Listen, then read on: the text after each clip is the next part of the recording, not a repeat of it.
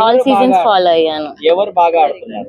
నా favourite contestant వచ్చి ఆ, తనూజ. ఎందుకు? ఏమో తను జెన్యున్ అనిపిస్తుంది.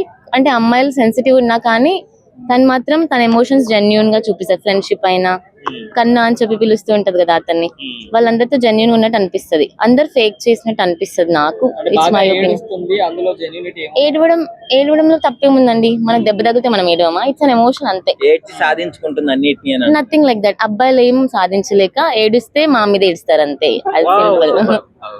సో ఇమాన్యుల్ గేమ్ ఎలా ఆడుతున్నారు?